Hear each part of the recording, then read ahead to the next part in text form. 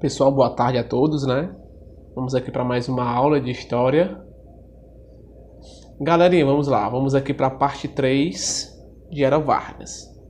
Né? Como eu falei na aula passada, galera, Vargas tinha seus grandes opositores, mas também muitas pessoas gostavam de Vargas. Certo? Não é à toa que ele foi chamado de pai dos pobres. Nós vimos aí, vamos ver, né, que ele trouxe a modernização para o Brasil. Então muitas pessoas ainda gostam dele, certo? A gente vai ver um processo que nós chamamos de ditadura de Vargas, chamado de Estado Novo.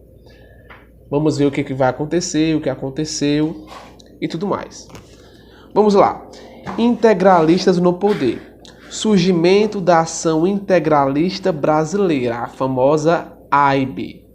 Certo? E, galera, vamos lá. Esse grupo aí, vamos botar assim como um partido político, né? Ele foi criado em 32, né? Por Plínio Salgado. Vamos lá. Galera, Plínio Salgado viajou para a Itália, né? E conheceu Mussolini. Lá ele deu valor, né? Gostou muito, então, dos projetos fascistas. E ele se aproximou muito com o fascismo. Certo? Querendo, então, um grande líder no poder, centralizando o poder nesse grande líder, como acontecia na Itália, certo? Então você vai ver aí algumas imagens, por exemplo, o pessoal da AIB, eles vestiam, né, eram ultranacionalistas, assim como o fascismo, né? Então eles vestiam roupas, né, da cor característica do Brasil, verde e amarelo, e faziam uma espécie de grito de guerra chamado Anauê, certo? E assim vai, vamos lá. Galera, esse pessoal, essa ação integralista, por ser fascista, né, por ser ultranacionalista e tudo mais, eles acabavam não gostando muito do pessoal que era mais da esquerda, que era voltado mais para o comunismo e tudo mais. E aí você vai ter o apoio da AIB ao próprio presidente Getúlio Vargas. Vamos lá. O que vai acontecer, galera? Além da AIB, vai surgir aí, vocês estão vendo aí, ó, a Aliança Nacional Libertadora, que era muito mais perigosa, certo, do que a própria AIB. O que vai acontecer, galera? A AIB, para não deixar que os comunistas, né, que a galera da esquerda tomasse o poder, acabou apoiando o Getúlio Vargas nas eleições, e depois eles foram passado para trás em 35 pelo próprio Getúlio Vargas, certo? E aí, lembrando, a ANL tinha o viés da esquerda. Foi por isso que a AIB acabou, então, apoiando Getúlio Vargas, porque eles não queriam que a ANL tomasse o poder e tornasse o Brasil comunista. O que vai acontecer? Vai passar o tempo, a ANL vai organizar o que nós chamamos de Intentona Comunista. Professor, o que é isso? Era uma revolta, certo? Que tinha como principal objetivo instaurar um governo popular, certo? E o que eles queriam fazer, professor? Dar um golpe, certo? Dar um golpe militar em Getúlio Vargas. E aí, mais uma vez, o golpe não vai dar certo. Por quê, professor? Porque por vários motivos, né? Getúlio Vargas, um cara que vai ser bastante autoritário, vai acabar reprimindo a ação da ANL, certo? E aí os líderes vão ser presos, alguns vão ir para a Alemanha, né? Vão ser expulsos do Brasil. Inclusive, galera, uma mulher, né? Olga Benário Prestes, mulher de Luiz Carlos Prestes, que era o líder da ANL, né? Primeiro, que ela, sendo judia, grávida, foi enviada para a Alemanha e lá ela foi morta pelos nazistas. Para você ver como Getúlio Vargas não era esse cara tão legal quanto alguns pensam. Ele envia uma mulher judia grávida para a Alemanha e lá ela é morta, porque ela era judia, como nós já sabemos aqui das políticas nazistas. Certo? E muitos outros, alguns vão ser presos, outros vão ser até mortos, e assim vai. Então aí você já vê o próprio Getúlio Vargas sufocando algumas manifestações. E galera, e a própria AIB, que apoiou Getúlio Vargas, foi tida como ilegal, certo? Por Getúlio Vargas, foi tida como ilegal. Então perceba aí que Getúlio Vargas não é mais uma vez esse camaradazinho, né? Esse camarada que é o salvador da pátria, né? Pelo contrário, foi alguém bem autoritário, onde formou atrás dele aí, certo? Uma ditadura. Getúlio Vargas censurou os meios de comunicação e prendeu centenas de pessoas. Eu sempre falo isso para vocês, mas eu vou relembrar. A primeira coisa, certo, que um grande líder faz quando assume o poder é tomar para si, é controlar os meios de comunicação. Por quê? Por mais que eu faça tudo de errado, galera, os meios de comunicação que eu controlo, vai falar o contrário. Não, ele é uma pessoa boa, ele fez isso, fez aquilo, porque eu estou controlando ao meu favor esses meios de comunicação. E foi isso que Getúlio Vargas fez, certo? Assumiu o controle, censurou qualquer tipo de propaganda, qualquer tipo de música que era contra o seu governo, e ele colocava apenas aquilo que o favorecia. Vamos lá. E aí, pessoal, nós vamos ter aqui o Estado Novo. Pessoal, lembrem que Getúlio Vargas era para ele sair do poder, certo? Em 1935, acabaria então o mandato de Getúlio Vargas. O professor Getúlio Vargas saiu? Não. O que foi que ele fez? Ele deu um golpe. Inclusive, o Plínio Salgado, que nós acabamos de falar, que era o líder da AIB, ele iria concorrer à presidência. Porém, não aconteceu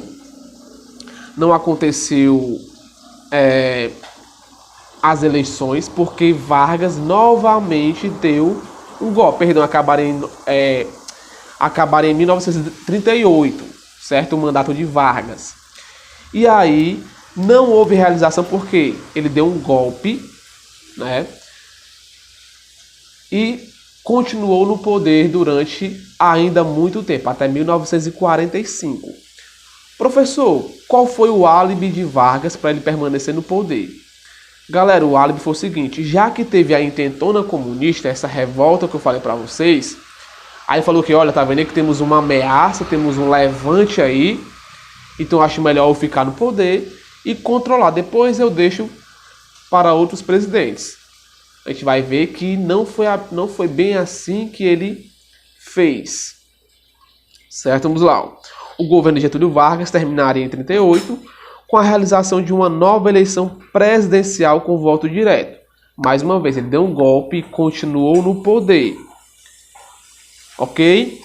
Galera, algo muito importante que vocês vão ter que sempre estar lembrando é do plano COI, certo?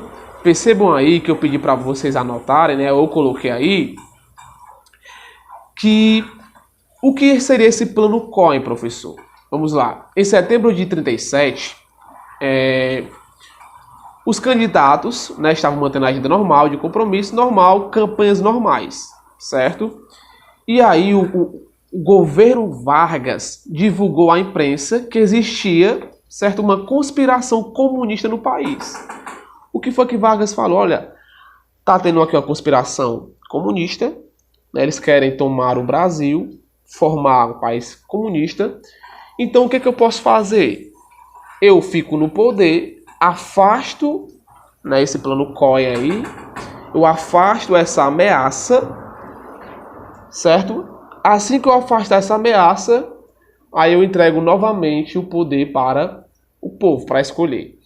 Galera, foi o mesmo álibi utilizado, que a gente vai ver depois, foi o mesmo álibi utilizado na ditadura militar. Os militares falavam, nós temos aqui uma ameaça comunista. O que nós vamos fazer? Nós vamos assumir o poder, vamos acabar com essa ameaça e depois entregamos novamente o poder. E nisso se foram 21 anos, pessoal. Certo? Então percebam aí, né, que não passava de uma farsa. Para quê? Para ele se manter, no poder. Quando foi em 1937, certo? Vargas dá, então, o golpe. Daí ele dissolve a Assembleia Constituinte, né? Chamada de Constituição Polaca. Grifem esse nome aí também. Por que Constituição Polaca? Galera, porque é uma Constituição altamente autoritária, baseada ali lá da Polônia. Altamente autoritária. Ele vai extinguir os partidos, ou seja, não vai existir mais partido político no Brasil, inclusive a AIB, a ANL vão ser perseguidas e vão ser ilegais no governo de Getúlio Vargas, certo? Alguns direitos, certo? E liberdades individuais vão ser cassadas. Algumas liberdades que a população tinha vão perder durante essa era Vargas. E mais uma vez, a censura à imprensa. Só coloca aí na rádio, só coloca aí nas manchetes do jornal o que eu quero, certo? E é claro que os jornais só falariam bem de Vargas, os rádios, né, só falariam bem de Vargas. Mas, pessoal, existiam pessoas fora do Brasil que falavam mal de Vargas. A gente vai ver, né, que vai ser um partidozinho chamado de UDN, que é um camarada, a gente vai ver também, ele vai falar bastante mal de Vargas fora do país, porque Vargas não conseguiria censurar fora do país. Certo? Vamos lá. Nacional Desenvolvimento de Getúlio Vargas. Galera, isso daqui é a parte que é importante para vocês. Certo? Para quem vai fazer prova, vai prestar vestibular um dia, isso daqui é muito importante para vocês. Vamos lá. Getúlio Vargas, ele vai fazer um plano, né, chamado de um Plano Nacional Desenvolvimentista. Professor, se o senhor pudesse escolher um presidente, por exemplo, que desenvolveu o Brasil na questão de estrutura, que o senhor escolheria? Pessoal, talvez o presidente que mais colocou o Brasil para frente, depois que a gente acabar a Vargas, a gente vai estudar, certo? É o Juscelino Kubitschek, certo? O JK. Inclusive foi ele que lá projetou, né, a construção de Brasília. Tirou, então, a capital do Rio de Janeiro e colocou lá na nova cidade chamada de Brasília. E a proposta de JK era desenvolver o Brasil 50 anos em 5. E realmente nós tivemos um grande desenvolvimento econômico do Brasil nesse período. As estradas, né, foram melhoradas, né, ou algumas foram criadas e tudo mais. Então o Juscelino Kubitschek, ele botou o Brasil para andar realmente, certo? Mas toda essa iniciativa, galera, de modernização do Brasil, industrialização do Brasil, começa com Getúlio Vargas, certo? É Vargas que começa o projeto, justamente esse nacional desenvolvimentismo, é esse projeto que começa a fazer com que o Brasil comece a se industrializar, comece a se modernizar. Vargas tinha dinheiro para isso? Não, Vargas não tinha dinheiro para isso. Certo? Então, como é que ele arranjou esse dinheiro emprestado, professor? Com os Estados Unidos. Né? Lembrando aqui que nós estamos chegando já no período da Segunda Guerra Mundial e o Brasil vai ser um grande aliado depois dos Estados Unidos. Por quê? Os Estados Unidos emprestavam também dinheiro para o Brasil. Até parece que os Estados Unidos é bom, né? Mas não. Os juros altíssimos. Ou seja, Getúlio Vargas pediu dinheiro emprestado e tinha que pagar um valor muito absurdo depois. Isso fazia com que o Brasil se afundasse na dívida externa. Ok, vamos lá. Vargas consegue apoio dos Estados Unidos. O Brasil contraiu grandes empréstimos para investir na nacionalização da economia. Algumas empresas privadas vão ser compradas pelo Brasil, formando o que nós chamamos de estatais. Certo? E olha aí, ó. 1941, criação da CSN, Companhia Siderúrgica Nacional. 1942, criada a Vale do Rio Doce. Essa Vale do Rio Doce, depois ela vai ser vendida. 1942, Companhia Hidrelétrica do Rio São Francisco.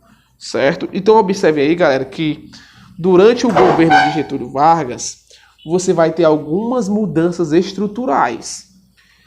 Isso vai fazer com que o Brasil consiga depois melhorar um pouquinho economicamente, certo? Olha aí, ó. As indústrias de base implantadas por Getúlio Vargas foram decisivas para o processo de industrialização do Brasil. Então, pessoal, a gente também não pode tirar o crédito de Getúlio Vargas de falar que ele foi o cara que foi o precursor, né, na questão da industrialização do Brasil, certo? Ele foi realmente um personagem muito importante com relação a isso. Vamos lá. Os indígenas no governo Vargas. Você vai ter, no governo de Getúlio Vargas, o que nós chamamos de Marcha para o Oeste. Se você imaginar o mapa do Brasil e você andar para a esquerda, onde nós temos aqui o norte, onde nós temos o centro-oeste, você vai perceber que ali você tinha várias tribos indígenas. Muitas, centenas e milhares, certo? O que vai acontecer, galera? Getúlio Vargas, pensando em desenvolver o Brasil, começa a marchar para o oeste, começa a querer entrar nesse território, porque para eles era um grande vazio demográfico. Não tem ninguém lá, não tem nada. Vamos começar a implantar a indústria lá, começar a fazer estrada, começar a desenvolver aquelas regiões. E o que vai acontecer, professor? Ele começa aí a matança de indígenas, né? A matança, a destruição da cultura indígena, das línguas indígenas e tudo mais. E aí, para aliviar um pouco, em 1939 ele cria a criação do Serviço de Proteção aos Índios, a CPI. SPI. Certo? Vamos lá. Educação e propaganda. Professor, como era a educação de Vargas? Galera, a educação nesse período era toda voltada para quê? Para o trabalho. O cara ia para a escola para aprender a ser um bom trabalhador, a ser uma pessoa que trabalhasse em indústrias, pessoas capacitadas para mexer em máquinas. Então a educação era voltada mais para isso, certo? Vamos lá. Então, Getúlio Vargas vai criar também, pessoal, o Departamento de Imprensa e Propaganda, a DIP. A DIP, esse órgão, vai perseguir várias pessoas, vários músicos que eram contra essa ditadura de Vargas vão ser perseguidos. Vários poetas, vários políticos, porque a DIP era o responsável por ver quem estava indo contra o governo ou não, certo? E mais uma vez o DIP, né, intervia na produção musical. Galera, olha aqui, em 1938 foi criado o programa Hora do Brasil. E hoje ainda existe, mas com outro nome que é chamado de Voz do Brasil, certo? Era no período, existia um horário, não sei se vocês sabem, aquelas propagandas eleitorais, né, que nós somos obrigados na TV aberta a escutar aquilo ali, era mais ou menos aquilo. Então, em um determinado horário, em todos os canais passavam, então, a Voz do Brasil. Ok? E a educação, professor Francisco Campos, em 1930, promoveu uma série de mudanças na organização dos currículos, né, das escolas. Show de bola? Pessoal, isso tudo é Estado Novo. Professor, quando é que começa o Estado Novo? Em 1937, quando Getúlio Vargas dá o golpe e permanece no poder. Quando é que acaba, professor, então, o Estado Novo? Em 1945, que é quando Vargas renuncia do poder. Certo? Eu mostrei aí mais ou menos, pessoal, 8 anos de Estado Novo. E mais uma vez, vamos ter um desenvolvimento tecnológico, um desenvolvimento industrial, um desenvolvimento estrutural, vamos sim. Porém, galera, não foi um período fácil. Os artistas eram perseguidos, a imprensa ela era censurada, certo? Então, assim, realmente foi um período de autoritarismo, certo? E houveram também algumas mortes durante esse período. Qualquer pessoa que era contra o governo varguista poderia ser morto, poderia ser perseguido. Ok? Vamos lá. Várias manifestações ocorreram no Brasil, exigindo o fim do governo de Getúlio e o retorno da democracia. Olha aí. Então percebam, galera, que não havia nesse período democracia não, certo? Vargas, pelo contrário, foi um grande ditador, certo? E aí você vai ver, você vai ter em várias capas de jornal as pessoas protestando contra Getúlio Vargas, certo? Se você pegar no seu livro na página 433, você vai ver lá o que? Várias placas, né? A população levantando placas, pedindo para que Getúlio Vargas saísse do poder. Fora Vargas, fora Getúlio. Os operários, né, querem que Getúlio Vargas saia e tudo mais. Certo? Por quê? Porque não foi um período bacana, galera. Foi um período realmente de muita repressão. E aí Vargas ficou balançado com todos os protestos. E aí ele, né, concede anistia aos presos políticos. As pessoas que foram expulsas do Brasil poderiam voltar, certo? O DIP foi fechado, certo? Aquele órgão lá que perseguia, que censurava, ele foi fechado, Vargas fechou ele. E aí Vargas ele fala de uma nova data para as eleições, né? Que a divulgação foi para 2 de dezembro de 1945. Mas Getúlio ele renuncia, galera, basicamente ali em outubro, certo? Ele vai realmente renunciar em outubro. E aí, em outubro de 45, Getúlio Vargas foi forçado pelos militares a renunciar. Galera, Vargas não iria renunciar.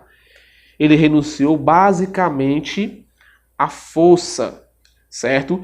E aqui eu quero que vocês coloquem na cabeça de vocês também um partido político que vai fazer toda a diferença, inclusive para a morte ou para o suicídio de Vargas, certo? É um partido político chamado de UDN, certo? UDN, um partido ultraconservador, um partido que era muito voltado para o militarismo brasileiro, que justamente ele vai fazer pressão para que Getúlio Vargas saia do poder, certo? E aí, galera, inclusive em 45, né, algumas pesquisas indicavam que Eduardo Gomes, que era da UDN, seria o vencedor, certo? Mas aí o que foi que aconteceu?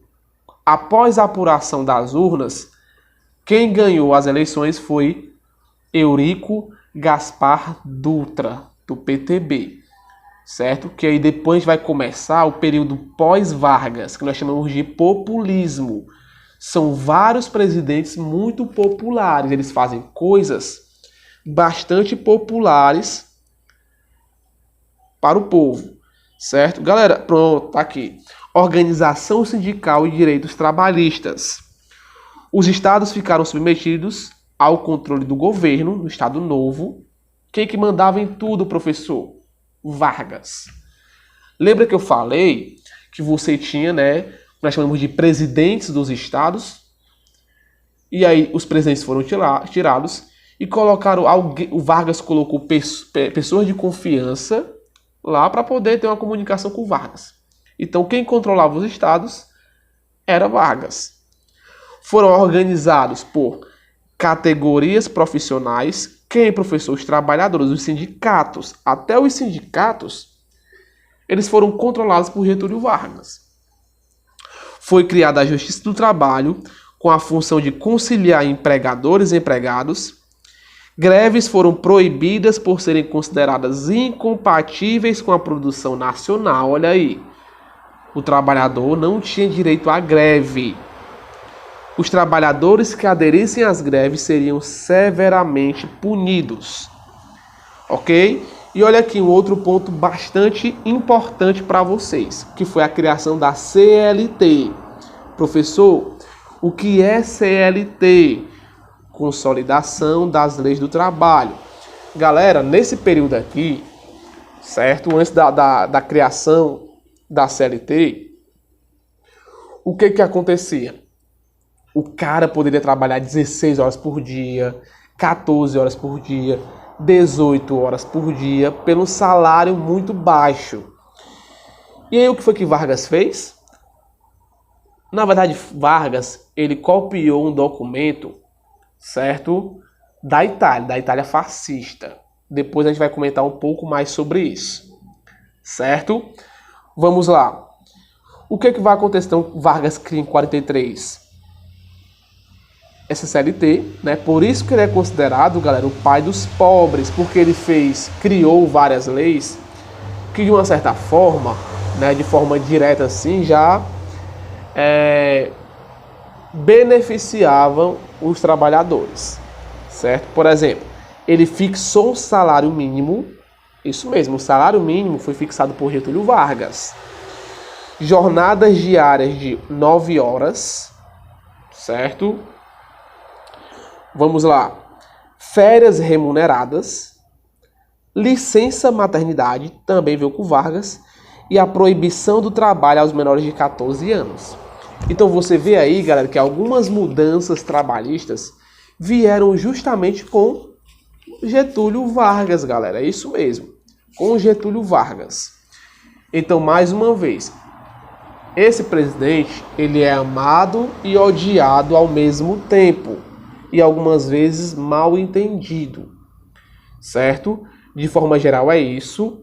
Mais uma vez, chegamos então em 1945, Vargas ele vai renunciar, temos uma nova eleição em dezembro de 45, e quem ganha é um camarada chamado Eurico Gaspar Dutra, certo?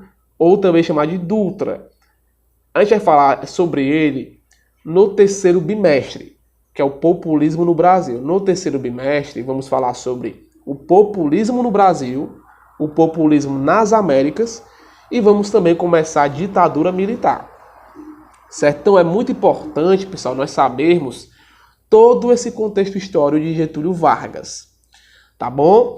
Então é isso. Acabamos agora, basicamente, a Era Vargas. Não deixem de ler o capítulo, vocês sabem, galera, que isso aqui é uma aula muito rápida. Então vocês devem, então, certo, estar sempre lendo o capítulo do livro. E se você tiver alguma dúvida, você entra em contato comigo que a gente responde. Tudo bem? Então, qual vai ser a atividade de casa de vocês? Vamos ter aqui uma atividade muito grande. Vocês vão fazer a atividade da página 434 até a página 439. Quando for semana que vem, eu vou enviar um vídeo explicando a atividade para vocês, respondendo no caso. Ok, galera? Então é isso. Abraços a todos e até a próxima.